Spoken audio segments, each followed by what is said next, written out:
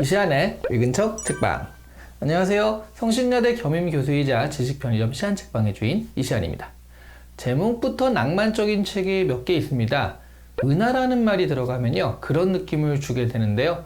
은하수를 여행하는 히치하이커를 위한 안내서 같은 책들이 있죠. 이 책은 제가 읽고는 있는데 6권이나 되는 데다가 약간 좀 책이 컬트적인 느낌이 좀 있어요. 그래서 아주 몰입하기가 좀 힘들기도 하거든요. 그래서 띄엄띄엄 읽고 있습니다. 그리고 또 은하라는 제목이 들어가는 책 중에 읽어보고 싶다라는 느낌을 주는 책이 바로 오늘 소개해드리는 책입니다. 미야자와 겐지의 은하철도의 밤입니다. 이 책은 소개될 때요, 제일 앞머리에 붙는 수사가 은하철도 999의 원작이라는 얘기입니다. 그런데 생각해보면 지금의 20대만 해도 은하철도 999라는 애니메이션을 직접 본 적이 없는 세대라서요, 은하철도의 밤에 대한 충분한 설명이 안 되는 것은 아닌가 하는 생각이 들기도 해요. 은하철도 999는요, 기계인간이 되어서 영원한 생명을 얻고자 하는 철이가, 이 친구가 철이거든요. 이 철이가 신비주의 전략이 몸에 밴 메텔, 이 여성분이 메텔인데요. 이 메텔과 함께 은하철도 999를 타고서 안드로메다의 별까지 가는 여정을 그린 애니메이션이었습니다. 근데 지금 이 철이의 그림체와 메텔의 그림체가 다르죠? 남주인공과 여주인공인데도 한 만화에서 이렇게 그림체가 달라가지고요, 이게 장르가 섞여 있는 게 아닌가 하는 그런 평을 듣기도 합니다. 그런데 그 과정에서요, 철이가 계속 인간다운 인간이란 무엇인가 같은 철학적 질문에 부딪히는 사건들을 겪게 되는 거예요. 그 깊이 때문에 지금도 명작으로 추앙되고 있는 작품입니다. 그런데 사실 은하철도 999는요, 은하철도의 밤과 내용상 유사성이 많지는 않아요. 다만 은하수를 가로질러 횡단하는 철도를 타고 가는 여행이라는 이 낭만적 설정 있잖아요. 이 설정이 두 작품을 연결하고 있는 거죠. 그리고 이 설정만으로도 은하철도의 밤은 충분히 매력적이기도 합니다. 지금이야 이런 상상력이 평범한 것일 수도 있겠지만 워낙 많으니까요. 그런데 이 작품은요, 1934년에 처음 발행된 책이거든요. 게다가 작가 사후에 발간된 것이라 이 책이 씌워진 것은 1920년대 정도에 씌워졌다는 얘기죠. 이럴 때 우주를 횡단하는 증기기관차라는 상상력은 그야말로 선구적인 것입니다. 그래서 미야자와 겐지를 일본 최초의 SF 작가라고 일컫기도 합니다. 은하철도의 밤에는요, 학교에서 왕따를 당하는 조반니라는 주인공이 등장을 해요. 조반니의 아버지가 작중에 정확히 표현은 안 되어 있지만 밀렵을 하다가 감옥에 가 있는 것 정도로 살짝 그려지는데요. 마을 사람들은 그 사실을 알고 있기 때문에 학교 아이들에게 따돌림을 당하고 있는 것 같은 그런 느낌인 거죠. 그런 조반니에게 그나마 심정적으로 응원을 보내주는 것이 캄파넬라라는 친구였어요. 마을에서 은하수 축제가 열리는 날 조반니는 친구들과 어울리지 못하고요, 혼자 외떨어지게 되는데 갑자기 주위가 하얗게 빛나더니 은하수를 횡단하는 열차에 타고 있는 거예요, 순식간에. 그런데 거기에는 캄파넬라가 이미 타고 있었습니다. 캄파넬라는 아까 친구들이 조반니를 따돌릴 때 그 친구 무리 사이에 있어서 조반니와 어울리지 못했었기 때문에 조반니는 그 친구를 보고 깜짝 놀라죠. 하지만 그런 것도 잠시 곧 여러 별의 정차에서 움직이는 은하철도 여행에 푹 빠지게 됩니다. 백조정거장에 내려서요, 플라이옷의 해안에 가보기도 하고 백로나 기러기 같은 새를 잡는 사람을 만나기도 합니다.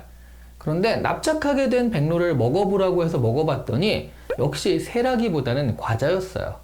그 와중에 차장의 차표 검사를 하는데요, 조반니의 표만 특별해서요, 환상 4차 은하철도를 타고 어디든지 갈 수 있는 표였다고 하죠.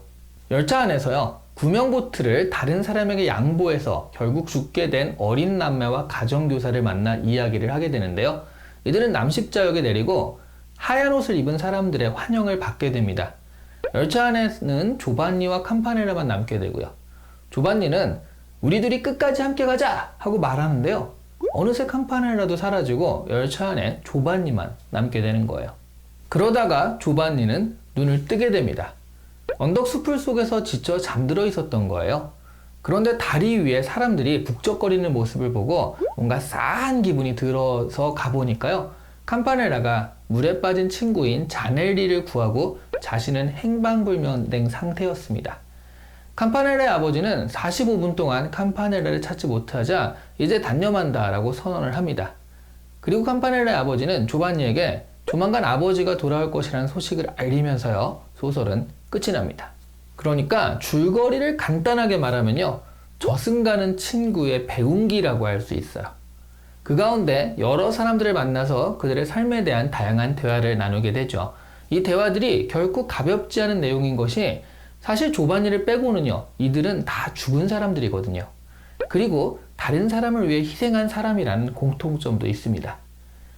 다른 동물을 위해 먹이라도 될 걸 그랬다고 후회하는 전갈이 불타오르는 전갈성이 되었다는 이야기도 등장을 해요. 작가가 말하는 것은 공존입니다.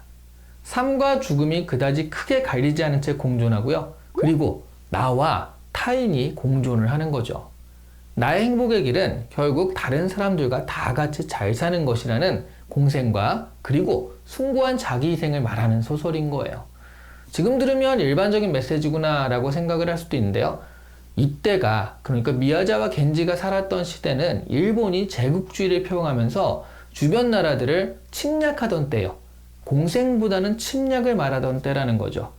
그래서 생명 존중과 공생을 말하는 미야자와 겐지는요, 당대에는 인정을 받지 못했습니다. 죽은 이후에야 재조명된 소설가예요. 그리고 제가 생각하는 이 작품이 이렇게 오래가는 명작이 된 것은요, 내용도 내용이지만 무엇보다 인스타 감성 때문이 아닌가 하는 생각도 있어요.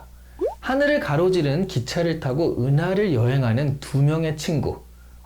이 스페이스 판타지는 그야말로 많은 창작자들의 감성을 건드리거든요.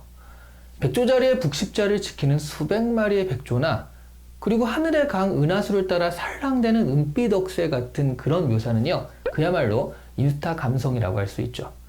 이런 장면이라면 사진을 찍고 싶은 마음이 드는 것처럼 많은 창작자들은요, 이런 배경과 설정이라면 나도 무언가 만들어 보고 싶다 하는 마음을 가지게 될 것 같습니다.